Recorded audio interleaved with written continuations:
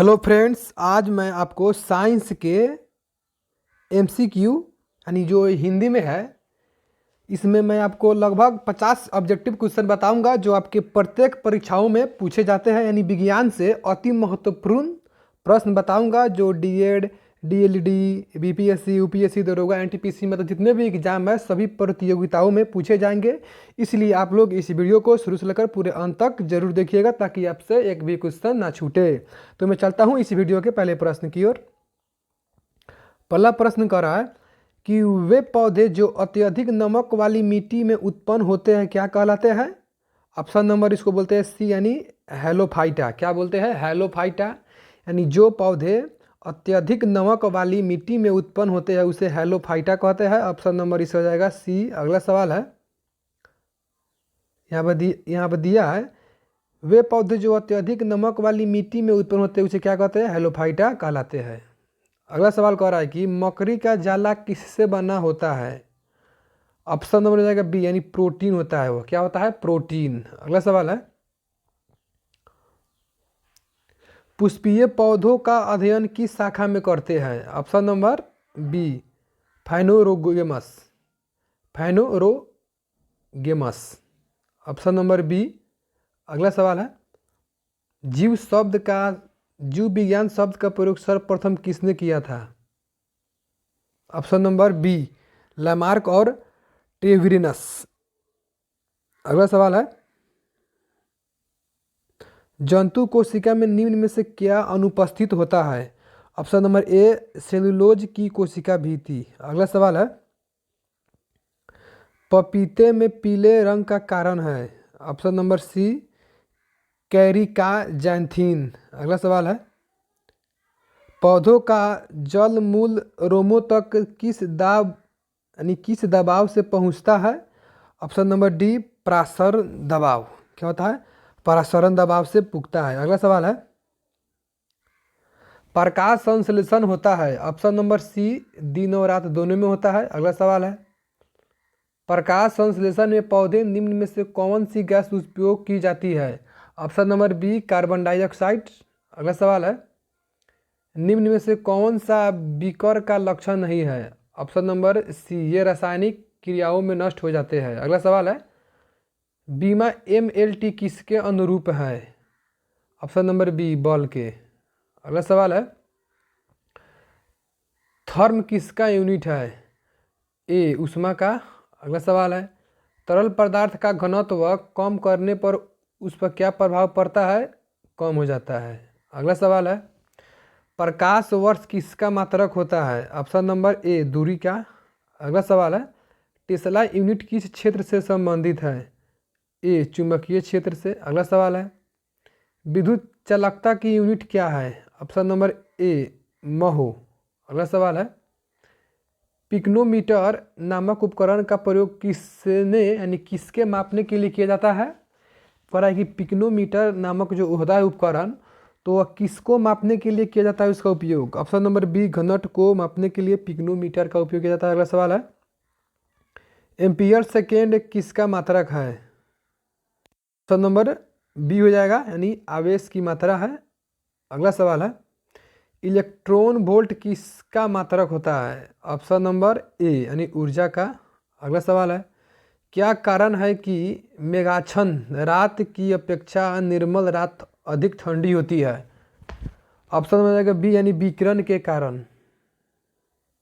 अगला सवाल है, क्लोरोफिल सूर्य के प्रकाश के तरंग दैर्घ्य को अवशोषित करता है। ए नंबर लाल और नीले। अगला सवाल है, निम्नलिखित में से कौन सा समेल सही नहीं है। ऑप्शन नंबर बी आधार के पास शाखाओं के साथ मोटा कठोर तना पेड़। अगला सवाल है, सक्शन पुल के कारण पेड़ों में पानी बहुत ऊंचाई तक पहुंच जाता है किसका कारण है। जिसका कारण है वाष्पोत्सर्जन। अगला सवाल है, निम्नलिखित में से कौन सा क्लोरोप्लास्ट का एक लक्षण है जो उसे स्वप्रतिकृति योग्य बनाता है। ए नंबर DNA और RNA दोनों की उपस्थिति। अगला सवाल है, हाइड्रोक्लोरिक एसिड किस अंग से स्रावित होता है? ऑप्शन नंबर सी, अमाशय से। अगला सवाल है, स्कर्वी रोग इस विटामिन की न्यूनतम से होता है, यानी किसकी कमी से होता है? ऑप्शन नंबर हो जाएगा आपका डी नंबर, विटामिन सी की कमी से। अगला सवाल है, वैश्विक ताप की वृद्धि के लिए निम्न में से कौन सी गैस का योगदान अधिकतम है? ए नंबर, कार्बन डाइऑक्साइड, जो उसको बोलते हैं CO2। अगला सवाल है, मानव शरीर में किस तत्व का प्रतिशत सबसे अधिक होता है? ऑप्शन नंबर डी, यानी ऑक्सीजन का। अगला सवाल है, अफीम किस श्रेणी की दवा के अंतर्गत आता है? Option number A, अवसादकारी।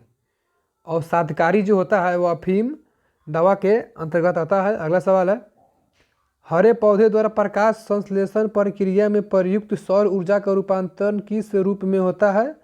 Option number A, रासायनिक ऊर्जा में।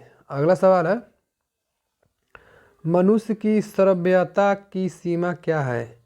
ऑप्शन नंबर ए, 20 हर्ट्ज से 2000 हर्ट्ज। अगला सवाल है, निम्नलिखित में कौन सा मरुस्थल है? निम्नलिखित में कौन सा मरुस्थल है? ऑप्शन नंबर ए, सिंधु क्षेत्र। अगला सवाल है, सफ़ेद प्रकाश में उपस्थित निम्नलिखित रंगों में से कौन सा रंग शीशा के प्रिज्म द्वारा सबसे कम विचलित होता है? ऑप्शन नंबर बी, लाल रंग।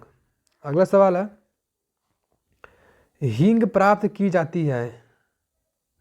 बी, यानी जड़ों के निष्कर्षण से। अगला सवाल है, वायुमंडल की लंबवत संरचना में सबसे निचली सतह कौन सी होती है? C number, troposphere. अगला सवाल है, निम्नलिखित अम्लों में से किस अम्ल का उपयोग कार्य बैक्टीरियो में किया जाता है? ऑप्शन नंबर सी, सल्फ्यूरिक अम्ल। अगला सवाल है, आलू के चिप्स प्लास्टिक के थैले में संकुचित किए जाते हैं नाइट्रोजन वातावरण में। अगला सवाल है, निम्नलिखित में से कौन सी भारतीय संविधान की मुख्यतः विशेषता नहीं है? बी नंबर, द्विस्तरीय सरकार।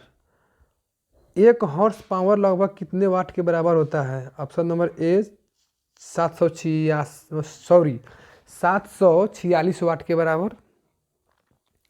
अगला सवाल है, निम्नलिखित में कौन सी एक रासायनिक अभिक्रिया नहीं है? ऑप्शन नंबर डी, पानी का भाप में रूपांतरण क्या है?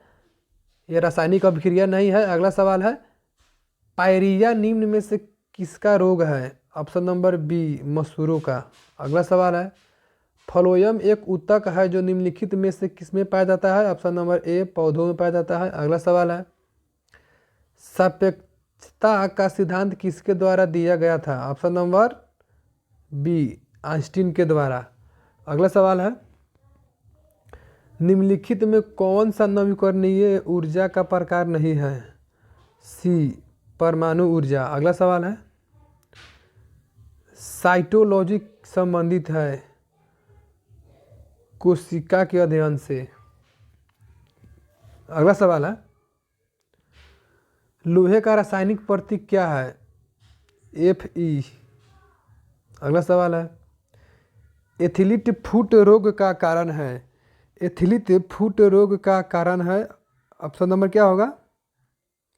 ऑप्शन नंबर हो जाएगा आपका ए। अगला सवाल है, निम्न में कौन पदार्थ की अवस्था नहीं पाया जाता है? Option number D, plasma.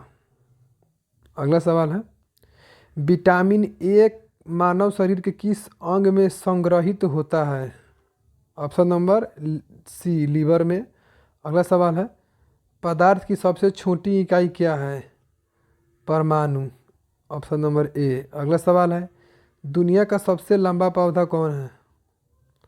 Option number C, eucalyptus. दोस्तों, ये रहा आपके साइंस के मोस्ट इम्पॉर्टेंट ऑब्जेक्टिव क्वेश्चन, जिसे हम लोग बोलते हैं MCQ, जो आपके सभी एग्जाम में पूछे जाते हैं। तो मैं आशा करता हूँ कि आप लोग इस वीडियो को शुरू से लेकर पूरे अंत तक जरूर देखे होंगे। फिर मैं अगले वीडियो में मिलता हूँ। जय हिंद, जय भारत, आपका दिन शुभ हो। वंदे मातरम।